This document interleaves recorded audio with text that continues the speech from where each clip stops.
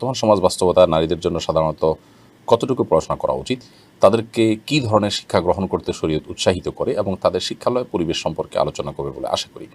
দেখুন, পরিষ্কারভাবে আমি একটা কথা বলতে চাই, তা হলো মৌলিকভাবে কোরআন এবং সুন্নাহ তথা ইসলাম চায়, আল্লাহ সুবহানাহু ওয়া তাআলা সৃষ্টি করেছেন যেভাবে, তা হলো মেয়েরা বাসা বাড়িতে এবং তারা ভেতরকার সাইড ইন্টারনাল সাইডটা তারা দেখবেন এবং বাহিরের যত ঝক্কি ঝামেলা আছে সেগুলো পুরুষরা পোহাবেন।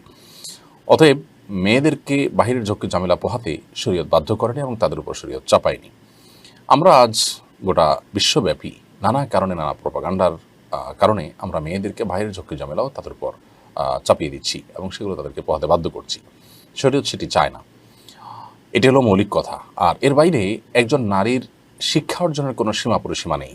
তিনি শরিয়ার সীমানা এবং গণ্ডির মধ্যে থেকে যদি অনেক অগাধ নলেজ অর্জন করেন, শরীয়ত সেক্ষেত্রে কোনো বাধা দেয় না। এবং আমাদের আয়েশা রাদিয়াল্লাহু তাআলা আনহা কোরআন হাদিসের ব্যাপক জ্ঞান অর্জন তিনি করেছেন এবং তার জ্ঞানের গভীরতা ছিল অনেক বেশি, যেটা অনেক পুরুষ সাহাবীরও কিন্তু ছিল না। আল্লাহ সুবহানাহু ওয়া তাআলা এরকম অনেক নারীদের মধ্যে অনেক মনীষী রেখেছেন যারা মুহাদ্দিসা ছিলেন, যারা হাদিস শাস্ত্রে অনেক বড় পাণ্ডিত্য ছিল, যেটা অনেক পুরুষদেরও ছিল না। অতএব জ্ঞান অর্জন যে কোনো সাবজেক্টে যে কোনো বিষয়ে একজন পুরুষ যেমন করতে পারেন, একজন নারীও করতে পারেন, এমনকি উচ্চশিক্ষা শিক্ষিতও হতে পারেন। কিন্তু প্রথম যে কথাটা আমরা বলেছি মৌলিক, সেটি মাথায় রাখতে হবে যে মেয়েদের কিন্তু ইসলাম তাদের কর্মস্থলকে ভেতরে রেখেছে, বাইরে নয়। হ্যাঁ, কোনো মেয়ে যদি তার জীবন ধারণ করবার জন্য বাহিরে যাওয়ার প্রয়োজন হয়, শরিয়ার সীমানার মধ্যে থেকে তিনি সেটা করতে পারবেন এবং বাহিরে যেয়ে কাজও করতে পারবেন। এবং নবী করিম সাল্লাল্লাহু আলাইহি ওয়াসাল্লামের যুগে, সাহাবীদের যুগে মেয়েরা কোনো কোনো ক্ষেত্রে তারা বাইরে কোনো কাজ, অর্থাৎ বাজারে ওমর রাদিয়াল্লাহু তাআলার সময় বাজারে আপনার কেনাবেচা করেছেন, এমনটিও প্রমাণিত হয়। তার মানে যার কোনো উপায় নেই, তিনি তার পেট পালার জন্য, তার উপার্জনের জন্য তিনি তো বাইরে যাবেনই।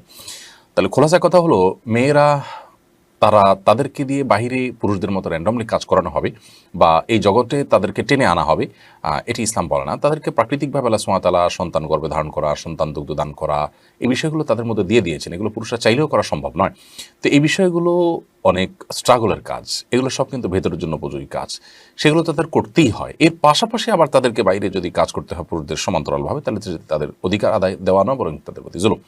এই মূলনীতি মাথায় রেখে মেয়েরা যদি উচ্চশিক্ষা শিক্ষিত হন, সেটা যেই দিক থেকে হোক না কেন, ইসলামের শরিয়া সেটাকে নিষেধ করে না, যদি শরিয়ার গণ্ডি এবং সীমানা অতিক্রম করে না হয়, অর্থাৎ পর্দার পরিপূর্ণ পরিবেশ রক্ষা করে হয়।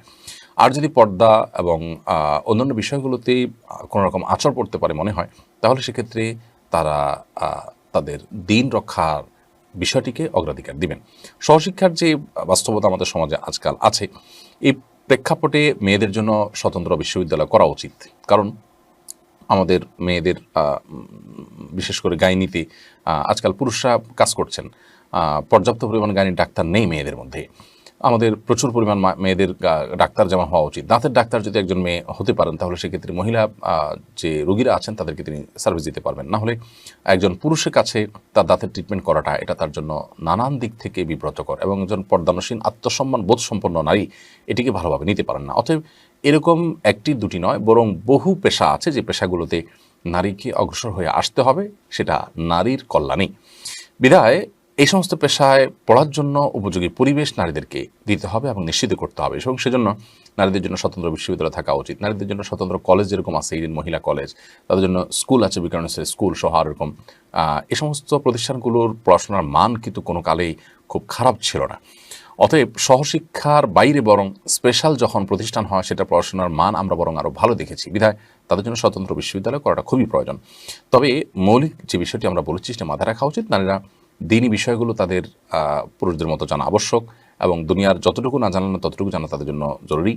এবং এর বাইরে তারা যদি উচ্চশিক্ষা শিক্ষিত হতে চান, সেটা তাদের জন্য জায়েজ পর্যায়ে আছে এবং সেটিও শর্ত সাপেক্ষে। আল্লাহ তাআলা আমাদেরকে বোঝার তৌফিক দান করুন। এই বিষয়গুলো নিয়ে অযথা অহেতুক বিতর্ক না করে আমরা আমাদের প্রত্যেকে যার যার দৃষ্টিভঙ্গি এবং যে যা বুঝেছি আল্লাহর উপর তাওয়াক্কুল করে সেটার উপর আমরা কাজ করতে থাকি এবং অন্য কোনোটাকে বেঠিক মনে হলে সুন্দরভাবে মার্জিতভাবে আমরা সেটা সংশোধন করার চেষ্টা করি।